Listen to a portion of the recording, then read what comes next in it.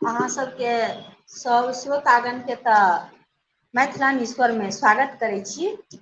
आ आइ बहुत दिन पर अहाँ सबके समक्ष हम लाइव एलहुँ हन। एहन आवश्यक गपे सप छल जे रहल नहि गेल। मोन भेल जे अहाँ सबसँ रूबरू भऽ कऽ आ गपशप करी। एहन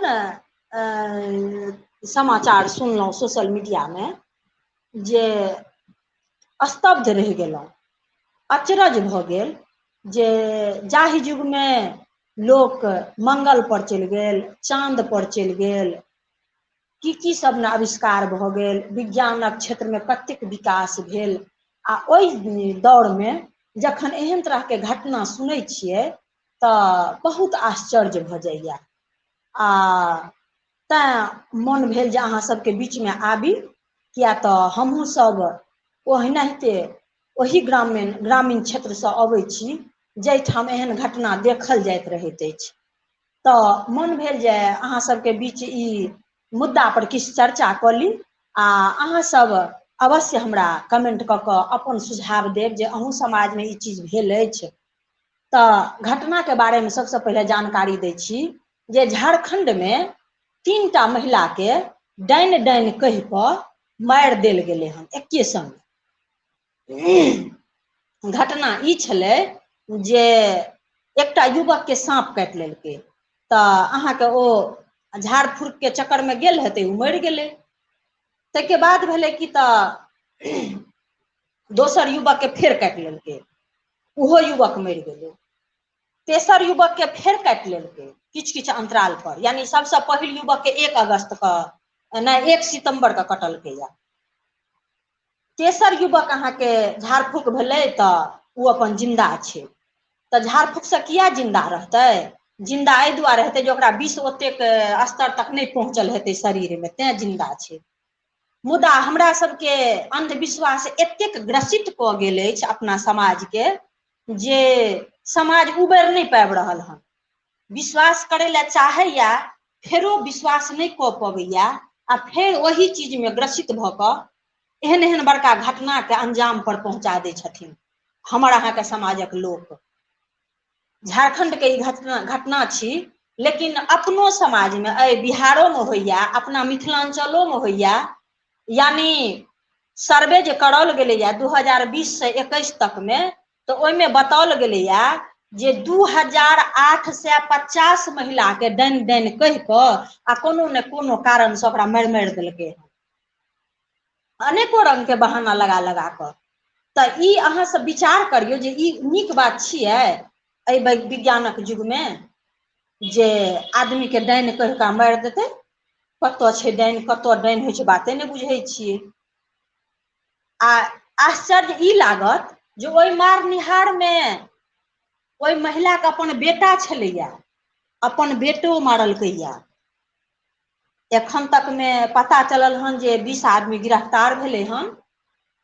लेकिन सोचैके विषय वस्तु छै जे हमरा तऽ आश्चर्य लगिते या, हमरा होइया जे अहूँ सबके आश्चर्य लागत जे एखन के दौर में ई घटना कतऽ तक प्रासंगिक छै। आ एहिपर जोर शोरसँ समाज में चर्चा हेबाक चाही जे एहन घटना बहुत चीज अपना समाजसँ दूर भेलैए। सती प्रथा छलै हटि गेलै, बाल विवाह छलै हटलैए, बहुत किछु धीरे धीरे हटलैए जागृतिसँ। तैँ कहलहुँ जे ई अन्धविश्वासो अपना समाजसँ हटैके चाही। आ एखन के दौर में जखन एहन घटना सुनै छियै तऽ आश्चर्यचकित भऽ जाइ छी, अवाक रहि जाइ छी। तेँ हम ई विषय वस्तु लऽ कऽ अहाँ सबके बीच में एलहुँ जे पढ़ल लिखल लोक, आब हमरा नहि बुझाय जे ओहन मूर्खता आब समाज में कतहु छै। आ कतऽ ने मीडिया पहुँच गेलै, कतऽ ने ई सोशल मीडिया छै, कतऽ ने मोबाइल छै, आ कतऽ ने टीवी छै। एतेक जागरूकता होइ छै, ताहिके बावजूद एतेक पाछाँ, एतेक पिछड़ल हमर भारत में लोक, ई हँसियो लगैया आ कष्टो होइया। हँसै छी एहि दुआरे, मूर्खता पर हँसैया जे कोना कऽ एहन बात पर विश्वास भऽ जाइ छै जे केओ औरत ककरो मारि देलकै आ से बुझै छियै अहाँ आपस में ओहि समाज में जखन मीडिया गेलै हन, तऽ जखन प्रत्यक्षदर्शी जे केओ छलैया ओहि सबठाम, ओकरा आर से पुछलकैया तऽ की कहै छै, ऊ महिला रात के साँप भ जाय छै आ दिन के महिला भ जाय छै, रात के नागिन भ जाय छै, नागिन बन बन के लोक के काटै छै। तें मारि देलकै हन लोक सब ओकरा सबके तीनूटा के पकड़ि कऽ। एहन बात छै, सक्षम होइ छै जे दिन में लोक महिला भ जेतै आ राति में साँप बनि जेतै आ लोक के काटि लेतै। हमरा लगैया जे अहूँ सब सुनैत हेबै तऽ अहूँ सबके हँसी लगैत है जे केओ जागरूक छी, मुदा हँसे वाली बात नहीं छै। आपस में अपना समाज में एहि विषय वस्तु पर चर्चा करू जे आब ई दौर नहीं रहि गेलै अंधविश्वास से लोक दूरी बनाबे आ एहन कतौ अनुचित बात नहीं हेबाक चाही जे कोनो अंधविश्वास के कारण कोनो भी व्यक्ति विशेष के प्रताड़ित कयल जाइ छै समाज में। ई बहुत दुखद घटना अछि।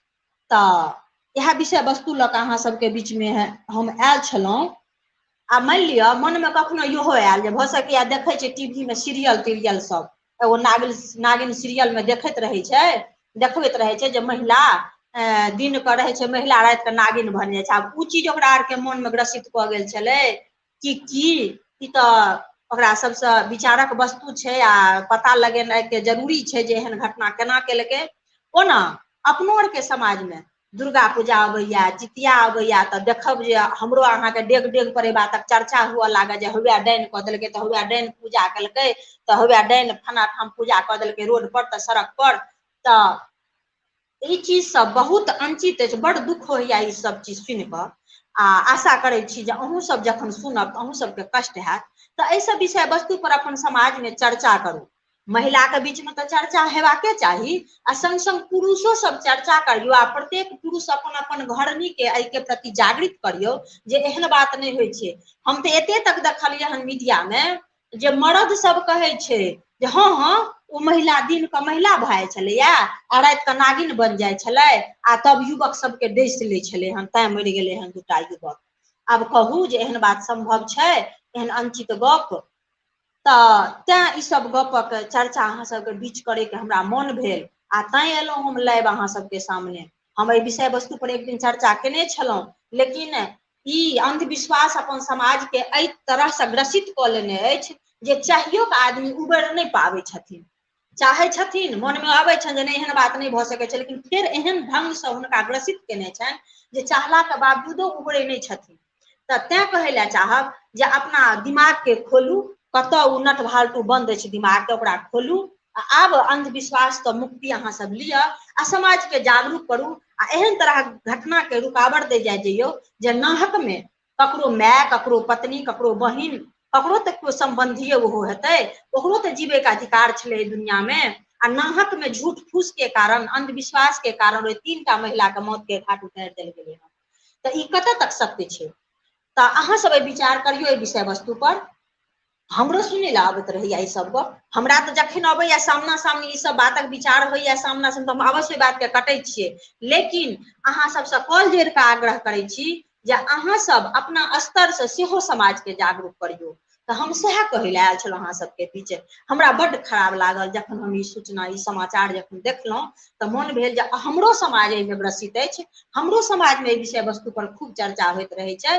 तऽ तें मोन भेल जे अहाँ सबके बीच ई बातचीत लऽ कऽ हम आबी आ अहाँ सबसँ आशा करै छी जे हमर ई गपशप की सही छै तऽ अहाँ सब कमेंट कऽ कऽ हमरा अवश्य कहू आ अहाँ सब अपन समाज के जागरूक करियौ। हम एतबे आशा करै छी अहाँ सबसँ आ हमरा आशा करै छी जे दिन ब दिन एहिके प्रति जागरूकता हेबाक चाही। सरकार स्तर से जागरूक कयल जाइ छै, एहि लए फंड देल जाइ छै, अहाँके नुक्कड़ नाटक सब कऽ कऽ जागरूक कयल जाइ छै, लेकिन तैयो आदमी के ब्रेन में एहि तरहसँ ई अंधविश्वास बैठ चुकल छै से छोड़े के नाम नहि लऽ रहलैया आ अंधविश्वास के चक्कर में लोक के अपघात पहुंचा रहलै हन, लोक के जीवन से खिलवाड़ कऽ रहलैया व्यक्ति। ई कहाँ तक उचित छै से अहाँ सब कहू कमेंट कऽ कऽ। तऽ हम अहाँ सबसँ ताहि दुआरे सामना सामनी लाइव आबि कऽ मोन भेल जे विषय वस्तु पर गप करी आ अहाँ सबके की अछि विचार से अहूँ सब अपन अपन हमरा अपन विचार साझा करै जाइ जाउ। आ आज्ञा दिअ।